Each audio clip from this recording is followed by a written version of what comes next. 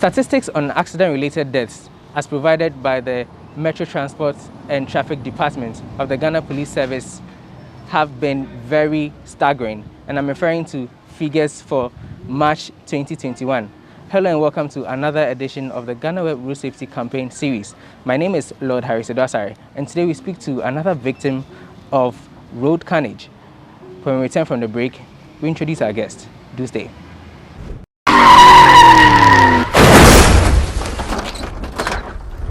Welcome back. Our guest today is Emmanuel Tony. Well, everyone knows him at Pulse Ghana as Kojo Emmanuel. Emmanuel, thanks for agreeing to do this. You're welcome. How was the entire thing like? Your accident? It must have been a terrible one. Yes, it's been very, let me say, disastrous, but I survived it. Let me start by narrating how everything started. Do say. It happened on the 3rd of April 2016 when my big bro said he got a lady, so he wants to do wedding or marry. So the whole family went to Nkoko, all the way the eastern region. Where were you? Where did you move from? We moved from Tema to Nkoko. Okay. My aunties, my dad, my uncles, my bro, and my sis. We are all seated in the vehicle. That is an oven, and looks like a family vehicle. Okay. So essentially, how many were you in the vehicle? We were about 14, 15. Oh, it must have been a big oven then. Yes. More like a bus. Okay. 14, 15. They're sitting in the oven. So we left here on Friday, did the marriage ceremony on Saturday, and then Sunday we went to church at Nkoko, the same place. I forgot. The name of the town is. I've forgotten the name of the town. That's fine. Okay. But if I remember during the process, I'll tell you. Sure. So we did everything on Saturday. Sunday went to church, and we must leave that very Sunday and come back because people will be going to work on Monday the following day. So we set off that Sunday around 4 or 5 p.m. thereabouts. So you had the, let's say, wedding lunch on the Sunday, the Thanksgiving service and all that. Exactly. And right afterwards, you decided to set off and come back to Accra. Exactly. I see. So we set that off was around what time? around 4 p.m., 5 p.m. Okay. 4 p.m., 5 p.m. We set off all the way from Nkoko. And then when we go to Mama Saman or Popasi, my sister got down. She alighted over there. I think it was around 6:30 to 7 when she alighted. And then the rest continued to this place. Was it a commercial vehicle or it was a family kind of van?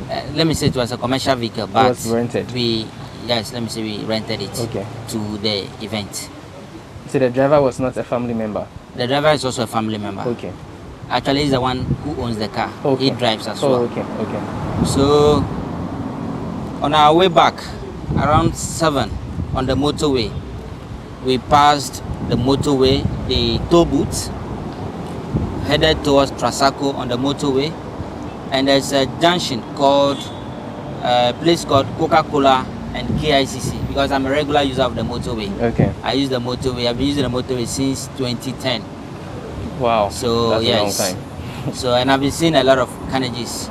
Maybe a minute before I get to where our light, an accident happened. So the motorway is something I've been using since 2010. And my event sadly occurred in 2016. So when we got to KICC, in between Coca-Cola and KICC, I don't know how the thing happened, but the back tire burst and the front tire removed at once. Back tire and front tire? At once. Were they all at one side or? Let me say the right side of the back tire and the front side of the left side. The left side of the front tire. Hey, boom, at once. And to me, I've seen that when such things occur, the driver needs to leave the car to go freely until it stops. But I think the driver, out of fear, He panicked. yes, applied brake, Oh. and the car somersaulted, and threw everyone out of the vehicle. What? It threw everyone out of the vehicle. It was disastrous. My mom, my dad, my aunties, everyone. So this was about 14 people since your sister got off. Yes. It threw everyone out. Did you have your seatbelt on? No. Okay. No seatbelts. Definitely, you ask yourself how many commercial vehicles have seatbelts for all passengers. So there are no seatbelts, functioning seatbelts in the van that you were in. Oh, perhaps the driver might have, because when that thing happened, it threw everyone out. The car mangled. So the only person left after the car somersaulted was the driver. He was the only one left In the car in the car. because he had the seatbelt on. I think so. Even short of words, me that I'm talking to you. Front tie, back tie, both. Yes. And so the driver hit the brake. Did he turn the vehicle? That's why someone assaulted, or just when he hit the brakes and then the car just sprung? If I could remember very well, it's been 5 years now, since 2016. It happened in 2016. Yeah, 3rd April.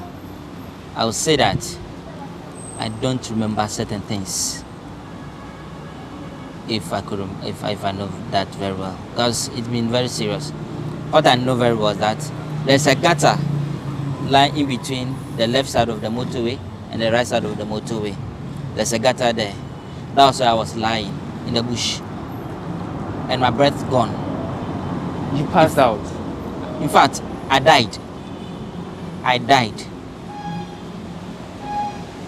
died at that moment. So, you know how whenever accidents happen, people gather, be shouting, accident, accident, accident. Around 7:30 to 8 p.m. thereabouts, people came around to see how the thing happened and stuff like that. So they came looking for me. They said, Emmanuel. They couldn't find him. My breath was gone. But were you the only one who passed out? What happened to the remaining 13? Your siblings, your father, your mother? Your Let me auntie? say, they all got injured. Everyone got injured. It But you're the was only one who passed serious. out. But I was the only one that passed out. Where were you sitting? I was sitting at the back. Far where the tie go best? Exactly. I was sitting over there. And I was sitting even with my cousin. Yes. I was sitting with my cousin over there. Let me say, she also got injured around her neck. But she survived. She's okay now. Wow. So, let me continue my story. Immediately, I was rushed. Like, when I was lying between the gutter, they were looking for me, they did not see me. So I'll be there, and then I'll breathe once. And I'll mention my name, Emmanuel. You're mentioning your own name. Yes. After 5 minutes, I'll breathe again. Or after some time, I'll breathe again and mention my name. Why do you Emmanuel. Why do you think you're doing that? I don't know. Maybe it's a miracle. It's a miracle from God, you know. Is there, apart from you, is there anyone in your family called Emmanuel, or do you have a close friend called Emmanuel? I have lots of Emmanuel. There's Emmanuel in my family, but I don't know them by face. Yes, let me say so. Okay. So I'll just be there mentioning Emmanuel.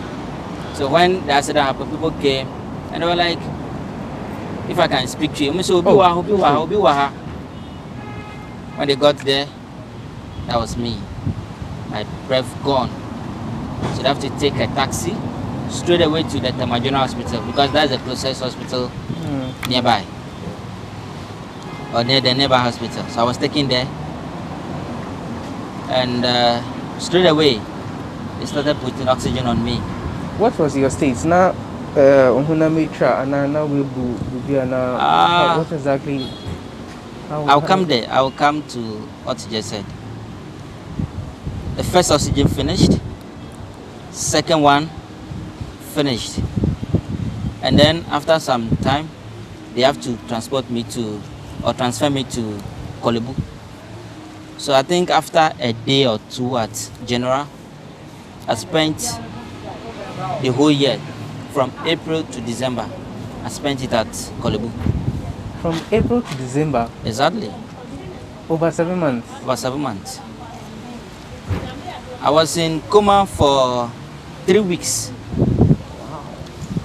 3 weeks, 21 days at Kolebu.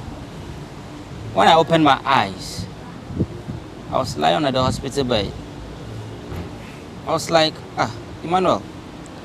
I asked myself, what are you doing here?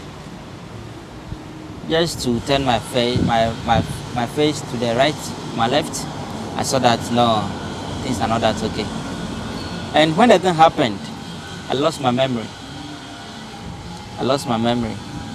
If you ask me my name, I'll mention my name all right. You ask me, what do you do? Instead of being a journalist, I'll tell you I'm a teacher. I'm a science teacher. Okay. At where? A Shama government school. Because that was the school I attended. So I'll tell you I attended a Shama government school. All subjects, I said I'm a science teacher.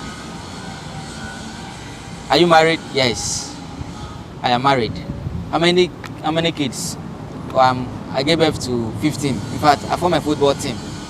15 kids. What was the connection between the answers you are giving and your real life? The answers I was given, I saw that my memory was gone. So, if someone loses his memory or her memory, the person becomes like not stable. So, you can say anything you like. For example, comparing to a mad man or a mad woman on the street who talks anyhow just because of their memory.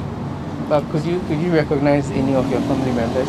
Come again? Could you recognize any of your family members? Oh, at the hospital? Yes. No. You can't remember anybody? No. But when I was discharged, I think after a day or two, I regained my memory. But I remembered all that the nurses asked me and the answer I gave them. Really? Yes.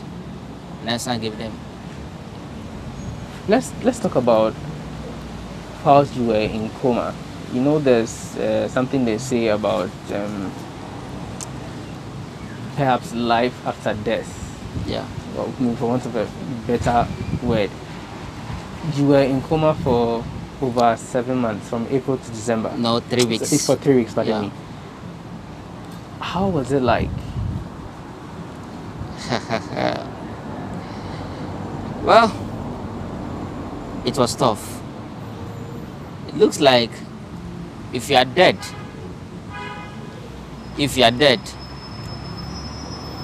your body is gone. In fact, let's say your soul is gone. You felt that?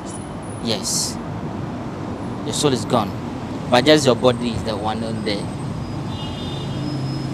It was tough. So, I don't know, it's been long. If I want to remember some of these things. You are free to express any emotion you want to. It was tough, really, really tough. Any emotion you want to. This is very critical. It's not easy to be in coma. Yeah. And because there are some people that have even gone to coma just for like 30 minutes. That's the end of it. Come back. 1 hour, that's the minute. That's the end of it. 2 hours, a day, 2. But here's the case. I was in coma for 21 days. That's 3 weeks. Yeah. So you did feel your soul leave your body? Can you say you did? Yes. Did you see your body with your soul? Well, let me say so, yeah. Give me a little more. The soul and the body, this one looks, let me say, should I say spiritual type? Don't worry, just say it. People need to know the truth. It's not like I'm letting you tell stories. You're the one who has been in it. Yeah. You know what you felt. You know what you saw. And this is about your life, people's lives. People need to know the effects of accidents. I mean, as it stands now, our roads are killing people more than diseases in the country. And this is your experience and to some extent your testimony, if I can put it that way. So just enlighten me. How was it? Like, did you get the people talk about a white light having the force pulling them, and you're saying you experienced a thing where you felt your soul leave your body, and you saw. Was that a distinction where, let's say, your body is here, and then your soul is looking on?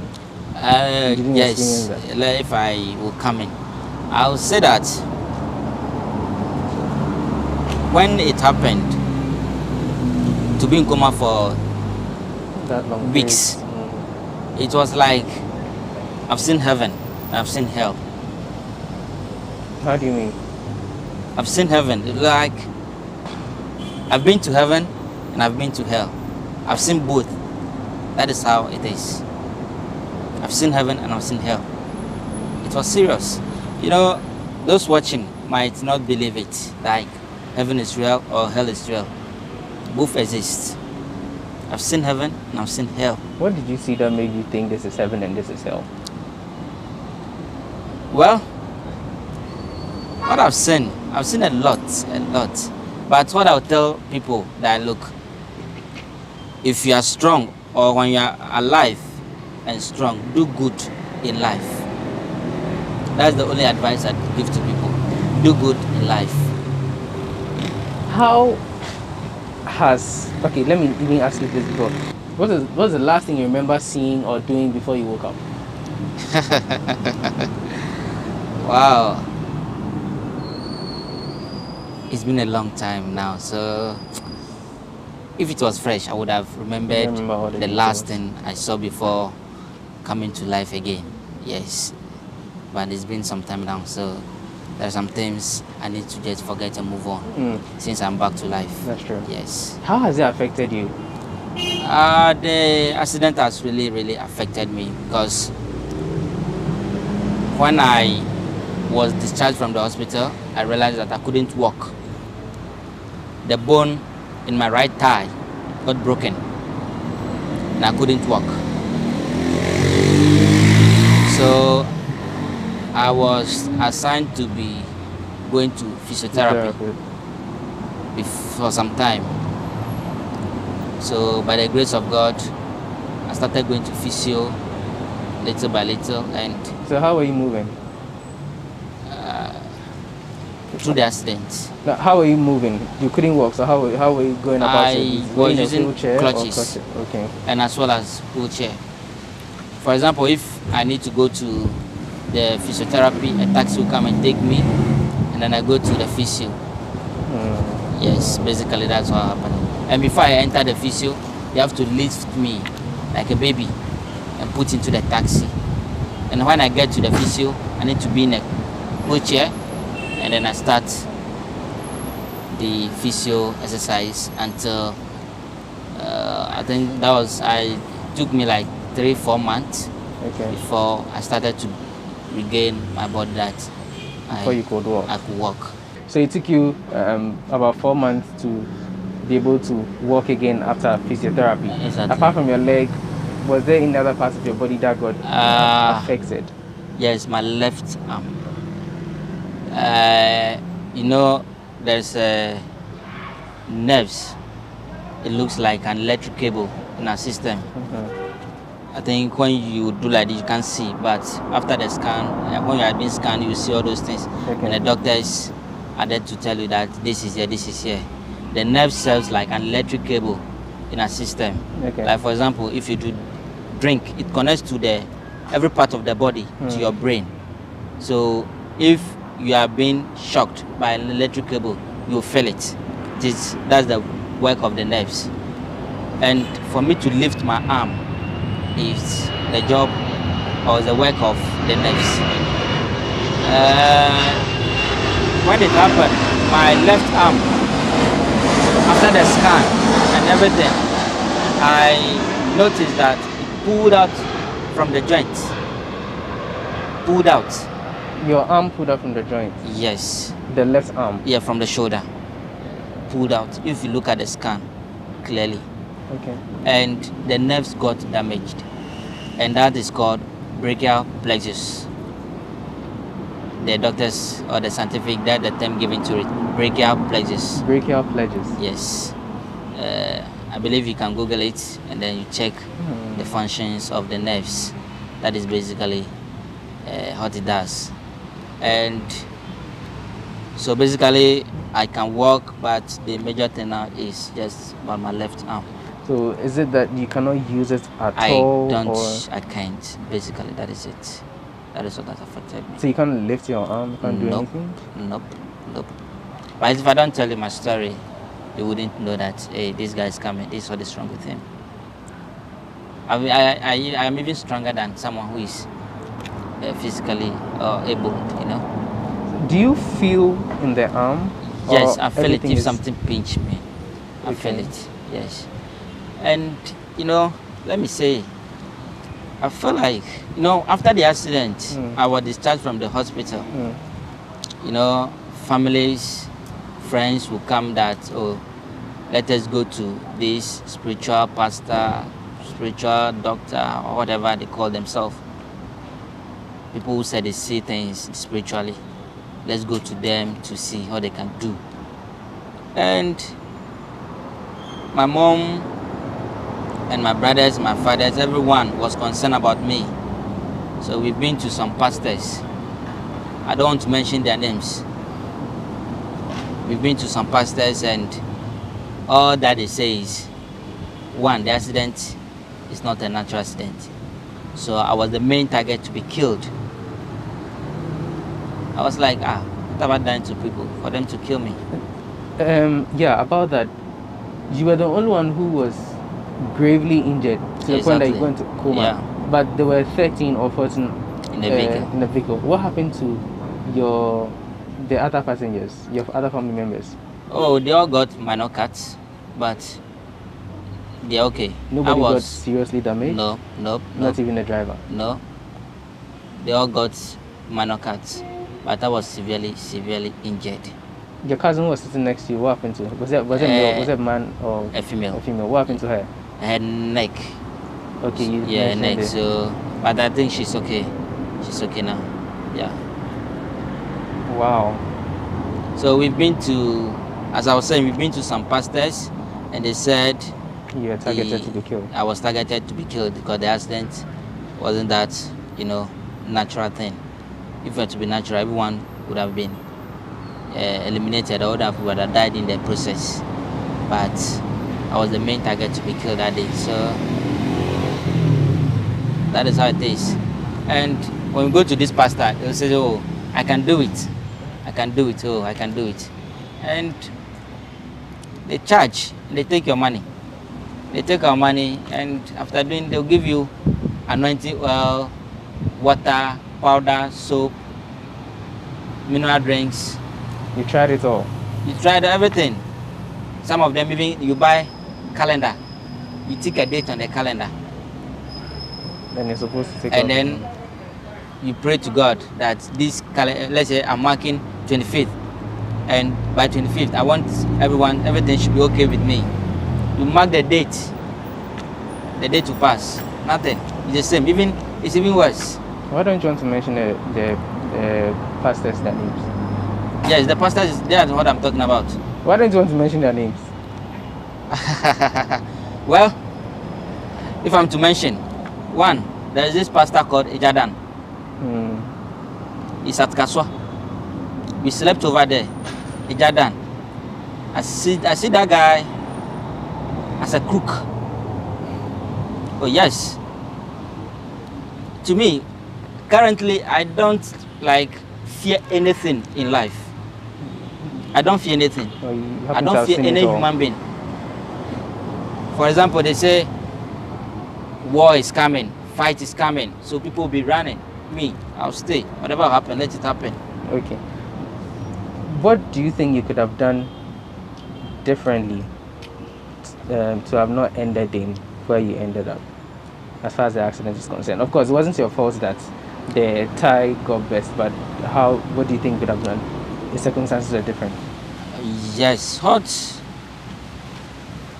I believe should have been done was when I'm about to set off, the driver should have checked that everything was okay with the vehicle before setting off. Yes. Okay. And basically that's what happens every day. Every day accident that happen on our main roads or on our roads. The drivers don't check whether their vehicles are in good condition or is in a good condition or not. They just load, put passengers inside, and then straight off. And then whilst on the road going, an accident happens. Basically, that is it. What would you want to be done as far as the road safety is concerned?